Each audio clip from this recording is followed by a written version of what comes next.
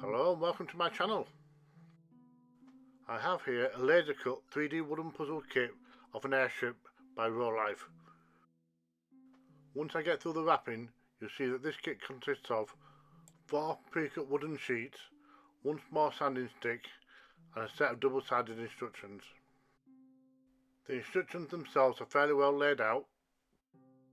It is designed for children as long as they have adult supervision, although it doesn't say anywhere on the packaging what ages this is for, as some of the steps within this build are extremely difficult even for an adult, but I'll go into detail when I get to that point. Right, the first step is to punch out the pieces required, as some of these tabs will need cutting with a blade, otherwise the wood will snap, although for the thicker pieces you can just push them out. Right now I'm following the instructions for the first step, and this is building the nose cone. Most of this kit is designed to be push fit, although it doesn't say anywhere about using any glue. And a lot of these parts don't fit together very well, so it's advisable to add a drop of PVA glue on every contact point. I'm now punching out the pieces for the next big section, and these are the connecting pieces that go between these two large rings. These parts were very tight and some of the tabs broke off, which is why I'm applying some glue to it now. And once it's all pressed into place, I'll put it to one side to set. If not, it will just fall apart on me when I try and handle it again. And then I'm ready to attach the nose cone, and as you can see, this is also going to need a little bit of glue. I accidentally skipped a step at this stage. There should have been more support structures on the cone, but I added them on afterwards. And now I'm just popping out the ring to make the central column, and this is probably the most difficult part of the whole build. And you can clearly see why. Every time you put something into place, something else falls out of place, and it's a bit of a nightmare. But eventually, after a lot of faffing about and a lot of gluing, I've got the top and bottom supports on. The next piece I'm working on is essentially the chassis, and this will support all the other pieces we've done so far. But first I just need to add some connectors, as well as these round rings. And then I have to thread it through all the other pieces we've made so far and glue it into place. And once that's had time to set, that's the difficult stage over and done with, and things start to get a little bit more manageable and a little bit easier. There's 8 additional support beams to go around the whole structure, and this adds a lot of stability. And with these in place, it now no longer wants to fall apart on me. And it's also starting to look like a futuristic airship. I have no idea why people expect airships in the future, but hey ho. I suppose it could almost pass for a rocket ship in Flash Gordon or something. I have some decorational strip to go on either side of the balloon. These are quite fragile, but they do slot into place. And then I glue on some cogs to go on the side. This is once again repeated on the opposing side. I can now start work on the tail section, and I can build up the component for the extremely small propeller, which also does turn. And I repeat the similar process for the front propeller. And once again, this is way too tiny to move an airship of this size, but at least it still rotates. And with that done, I can move on to the ship portion of the build. First up is the stand, so the base has something to sit on. And next I add on the front and rear decks along with their railings. And to do this I need to put into place loads of tiny pegs. And when you have huge fingers like I do, it's a bit of a pain in the bum.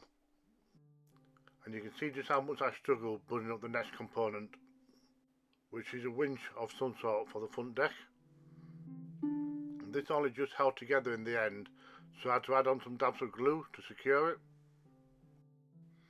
And finally I put it in its rightful place on the front deck. And next I assemble and put into place what looks like a telescope. And you can see now that it's starting to resemble a vintage ship. I then added on the bow, and this completes the front end of the ship.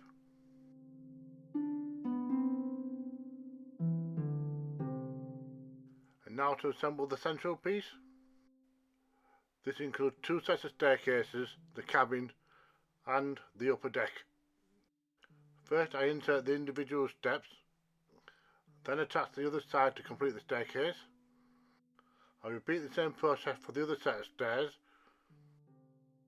And now I can start building up the cabin, starting off with the back wall. Then the front section is basically two doors, and those are inserted separately. This is another part of the build which has a lot of pieces and can quite easily fall apart while assembling them, so I have to both use glue and take my time. And once the doors are in place, the handle can go on, although this will be impossible to open on the completed model. This section is almost complete and it's starting to look good. We just need to close it off by adding the upper deck. I've also made sure the detail side is facing up. Once the handrail has been put in place, this can finally be attached to the ship. It's just a matter of lining up the peg holes and putting it into place. There's just one more deck to add, and that's the toppermost one. And this is where the ship is steered from. Once again, we don't want anyone falling into the sea, so it needs a handrail. We have 4 sets of wheels to add on. These are held in place with a little nut, and this allows the wheel to turn freely. Now, turning our attention to underneath, I inserted a central column as well as 2 steering rudders at the rear. And now there's just a few little remaining details to add, including the life rings. There are 2 at either side, and those are followed up by a single anchor, which is on the front right hand side, or using nautical terms, at the starboard. And the final details to add are these little cogs on the balloon. Now for the final assembly. The ladder just slots into place. This doesn't need to be glued. There are 4 slots for the airship to be attached to. Then this kit is complete. These are some of the spare parts which come included with this kit, which is always useful. So there are 3 parts of this kit which you can interact with. First there are the wheels, then there's the front and rear propeller. These are always great because it adds another dimension to the kits. Now we'll go to the turntable and see this kit in its entire glory. Even though it's a little bit fragile, it still looks quite impressive, and it just shows you the level of engineering that goes into these laser cut kits.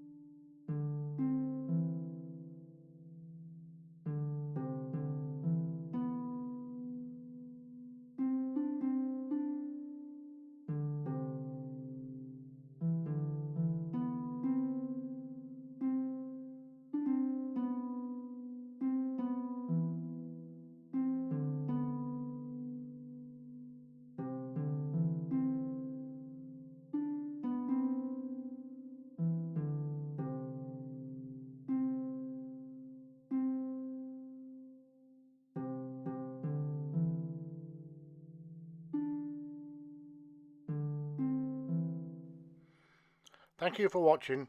Don't forget, if I can do it, so can you.